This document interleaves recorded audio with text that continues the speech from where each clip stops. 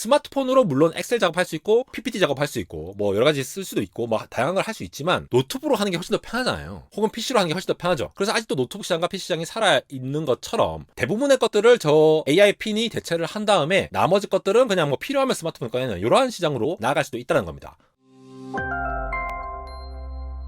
네, 여러분 반갑습니다. 안대공학 에러입니다. 지난 주말 동안 스마트폰을 대체하는 AI 디바이스가 새롭게 등장했다고 해서 몇몇 언론들에 의해서 알려졌는데요. 바로 지금 보시는 저 조그만 기계입니다. 스타트업 휴메인이라는 곳에서 만든 초소형 기기인 AI 핀인 것인데요. 지금 보시는 이 애플 디자이너 출신의 임란 초드리와 베사니 본조르노 부부가 2018년도에 설립한 스타트업입니다. 이미 이 회사에서는 애플 출신의 90명에 해당하는 사람들이 같이 이렇게 일을 하고 있다고 하는데 국내 SK 네트워크스가 $2,200만 투자하기도 하고 오픈 AI에서도 샘 엘트먼이 투자를 하기도 했습니다. 요거 관련된 내용을 좀 살펴보려고 하는데요. 기본적인 이 AI 디바이스에 대한 내용들을 전체적으로 한번 본 다음에 실제로 스마트폰을 대체 가능할 것인지 그리고 어떤 점이 한계이고 앞으로 어떻게 발전하면은 진짜 이 사람들이 스마트폰을 대체하거나 혹은 새로운 포지션의 디바이스로 나아갈 수 있는지 여러 가지로 한번 살펴보도록 하겠습니다. 왼쪽에 보이시는 이 임란 처우들이 요 분이 20년 넘게 애플에 근무하면서 뭐 맥킨토시뿐만 아니라 아이팟, 아이폰, 아이패드, 애플워치 이런 여러 가지 디바이스의 인터페이스 관련해서 개발에 참여를 했다고 합니다. 기본적으로 맥킨토시에서 키보드 마우스도 되겠고 트랙패드와 아이폰에서의 터치 그리고 애플워치 다양한 곳에서 결국 인터페이스 인간과 어떻게 상호작용하고 인간이 어떤 것을 명령을 했을 때 잘 적용할 수 있느냐 이러한 관점에서 굉장히 개발을 많이 했다라고 하는 것이 되겠는데요. 결국 이 디자인과 관련되어서도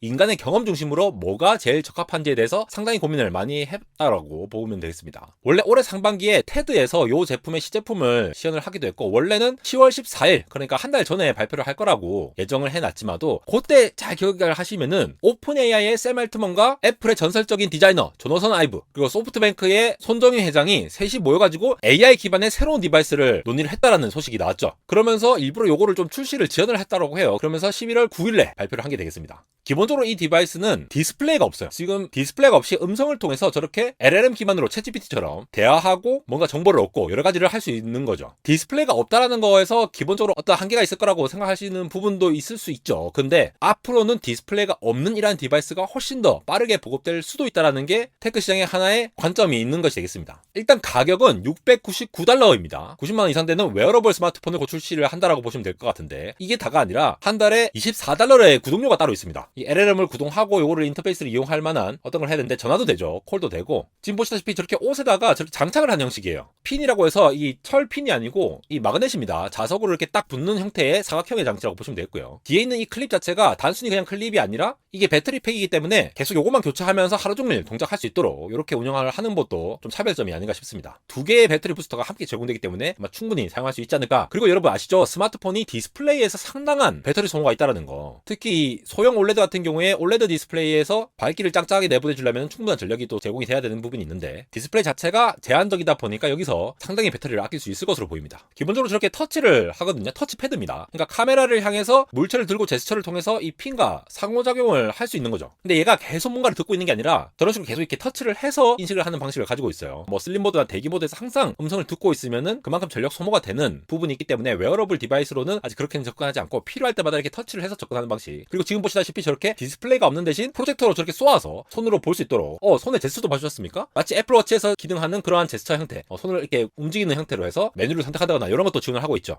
애플워치에서는 이번에 더블탭이라고 따닥하면은 이 제스처를 통해서 다양한 시스템을 제어할 수 있는 거를 선보였죠. 요 기술 같은 경우에는 기본적으로 이 애플워치에 들어있는 S9이라는 이 프로세서에서 뉴럴 엔진과 가속도계, 자이로스코프 이런 것들을 사용한다고 하거든요. 특히 광학 심박 센서 같은 거 이런 데이터를 이용하면은 광학으로 심박 센서를 인지를 하고 가속도계, 자이로스코프 이러한 데이터들이 다 센서로 잡히죠. 그러면은 엄지와 검지를 빠르게 두 번 했을 때에 특정하게 요게 구분되는 신호를 캐치할 수 있는 것으로 보입니다. 그러면은 이렇게 열심히 했을 때에 사람마다 다르겠지만 이런 데이터를 많이 쌓아두면은 AI를 통해서 특정한 이렇게 신호가 왔을 때 이거는 이러한 센서의 인지다라고 하는 거를 인지를 할 수 있기 때문에 온 디바이스로 뉴럴 엔진을 돌려가지고 바로 추정을 할 수 있는 그런 방식을 사용한 것으로 추측이 되거든요. 마찬가지로 얘 같은 경우에도 손에다가 저희 디스플레이 쏘는 건 일단 프로젝터로 쏘면 되지만도 저거 자체를 이렇게 인지를 했을 때에 광학 센서를 이용해가지고 뭔가 프로세싱을 하는 것으로 보여요. 왜냐면은 가슴 쪽에 됐기 때문에 애플워치하고는 조금 다른 원리가 되지 않을까 싶고 근데 여기에 스냅드래곤이 들어갔다고 하거든요. 퀄컴의 스냅드래곤이 들어갔는데 스냅드래곤에 있는 헥사곤 프로세서라든가 이러한 NPU들이 있잖아요. 그런 AI를 처리할 수 있는 전용 프로세서가 있다라고 하면은 주변 컴퓨팅에 특정의 상호작용이나 뭐 광학 센서 같은 거를 이용해가지고 혹은 카메라를 이용해서 저렇게 이제 포지션을 캐치를 할 수 있지 않을까 싶습니다. 요거는 좀 더 파악되는 대로 제가 공유 드리도록 할게요.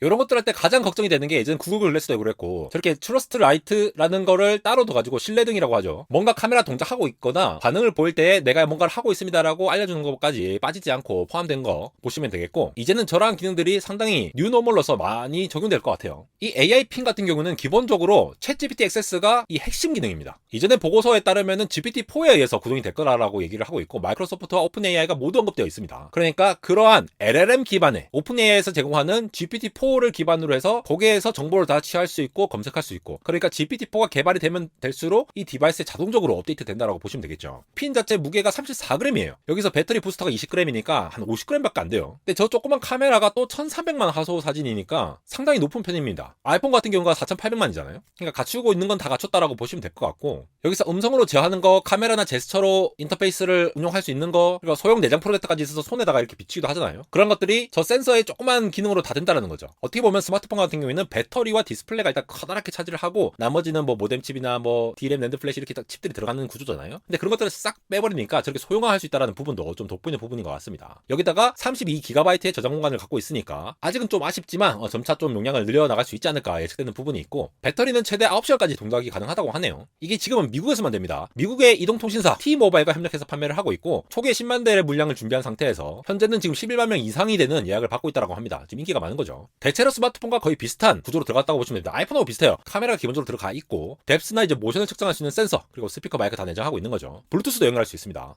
이게 나중에는 이제 자동차에도 확대 적용할 수도 있는 거고, 아니면 개별 기기로서 스마트폰을 대체할 수는 없는 부분이 저는 솔직히 있는 것 같아요. 그런데 스마트폰조차도 버거워질 수 있는 세상이 올 수도 있다는 거죠. 펄소닉 스피커라고 돼 있는데 저거는 이제 개인적인 공간 안에서 저렇게 스피커 음향이 들리는 효과를 낼 수 있도록 약간 지향성으로 스피커를 틀지 않았나 싶고요. 기본적으로 저렇게 간단하게 정보를 취할 수 있고 뭔가 메시지를 전달할 수 있고 이러한 기능들이 만약에 활성화된다면은 굳이 스마트폰을 이렇게 막 일부러 터치패드 칠 필요가 없잖아요. 그냥 간편하게 이용하는 게 훨씬 더 편의성을 가진다더라라는 게 널리 퍼지게 된다면은 저런 디바이스가 스마트폰을 대체할 수 있겠죠. 마치 스마트폰으로 물론 엑셀 작업할 수 있고 PPT 작업할 수 있고 뭐 여러 가지 쓸 수도 있고 뭐 다양한 걸 할 수 있지만 노트북으로 하는 게 훨씬 더 편하잖아요. 혹은 PC로 하는 게 훨씬 더 편하죠. 그래서 아직도 노트북 시장과 PC 시장이 살아있는 것처럼 대부분의 것들을 저 AI 핀이 대체를 한 다음에 나머지 것들은 그냥 뭐 필요하면 스마트폰을 꺼내는 이러한 시장으로 나아갈 수도 있다는 겁니다. 특히나 이게 개인 커스터마이징 돼 있는 데이터들을 잘 이용해가지고 내가 평소에 이렇게 대화하더라 혹은 이러한 텍스트를 쓰더라라는 거를 잘 기억을 해놓으면은 요걸 토대로 해서 자기가 알아서 또 이메일이나 편지함을 전달해 줄 수 있는데, 요건 결국 LLM의 어떠한 신뢰성과 관련된 부분이라서 우리가 LLM을 자연스럽게 믿는 시기가 된다면은 요러한 디바이스도 자연스럽게 많이 확장이 될 수 있겠죠. 왜냐? 제가 적당히 아무나 말했는데 영 말도 안 되는 얘기를 전달하면 안 되잖아요. 여기에 대한 신뢰가 또 쌓여야 되는데, LLM이 점차 발전이 된다라고 하면은 챗GPT가 점점 발전이 되고 바드가 발전되고 쭉쭉 발전이 된다라고 하면은 자연스럽게 이러한 디바이스가 나아갈 수 있다는 상황이 되겠습니다.